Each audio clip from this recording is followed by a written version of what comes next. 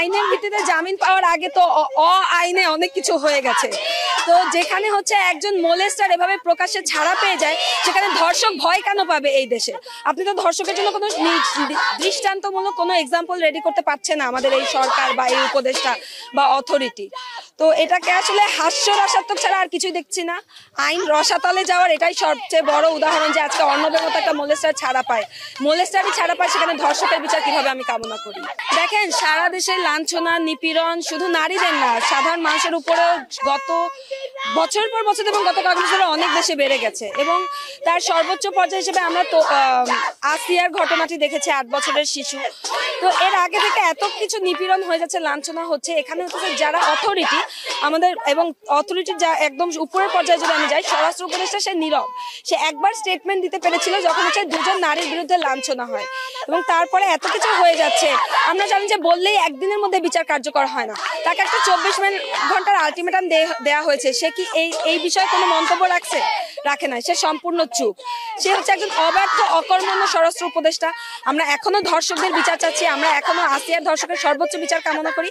একই সাথে আমরা এই স্বরাষ্ট্র উপদেষ্টার পদত্যাগ কামনা করি। তিনি একজন ব্যর্থ অকর্মণ্য উপদেষ্টা হিসেবে নিজেকে প্রমাণ করেন। দেখেন, সামাজিক যোগাযোগ মাধ্যমে নারীদের প্রতি অবমাননাকর আচরণ এটি আসলে একটি নিত্য নৈমিত্তিক ঘটনা হয়ে দাঁড়িয়েছে। এবং দেখুন, এই জিনিসটি আসলে সর্বত্র হচ্ছে।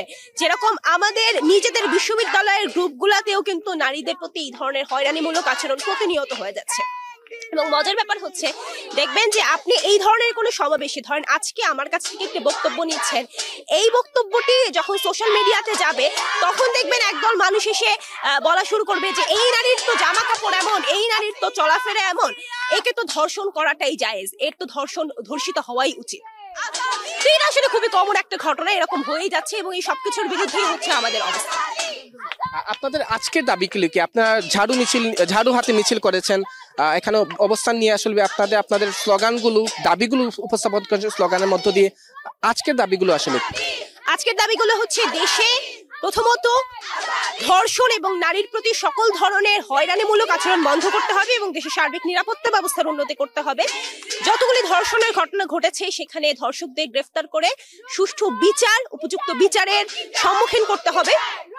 এবং আমাদের এই যে আমরা ঝাড়ু নিয়ে মিছিল করছি, এই যে আমাদের অথর্ব বিচার ব্যবস্থা, অথর্ব স্বরাষ্ট্রমন্ত্রী, এই সবকিছুর বিরুদ্ধে ঝাড়ু নিয়ে আমাদের প্রতিবাদ।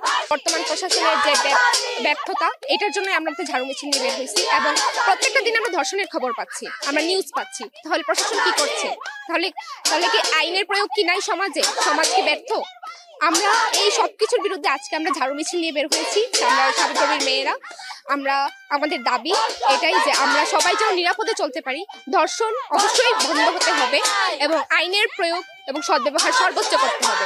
এবং আমাদের স্বরাষ্ট্র উপদেষ্টা জাহাঙ্গীর, উনি থাকতে কেন বর্তমানে এই অবস্থা হবে, অর্থাৎ দেশে এই অরাজকতা সৃষ্টি হবে, ওনাকেও এটার জবাব দিতে হবে। এবং এই সবকিছুর বিরুদ্ধে মূলত আজকে আমাদের এই ঝাড়ু মিছিল এবং আমরা ঝাড়ু নিয়ে বের হয়েছি।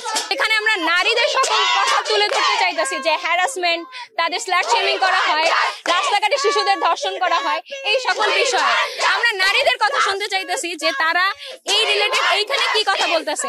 আপনি দেখতে পারবেন একটু আগেও একটা আন্দোলন হয়েছে, কিন্তু সেইখানে নারীদের ডাকা হয় নাই। আমাদের কখনো কল করে বলা হয় না যে আপনারাও আসেন, আপনারাও মঞ্চে দাঁড়ায় কথা বলেন, আপনাদের কি সমস্যা হচ্ছে।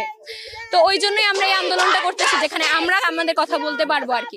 স্বরাষ্ট্র উপদেষ্টার গায়ের যে লাগতেছে না তার, মানে আমরা আন্দোলনের পর আন্দোলন করে যাচ্ছি, ধর্ষণের পর ধর্ষণ হয়ে যাচ্ছে, সে গায়ের সার একটা কথা বলে যাচ্ছে।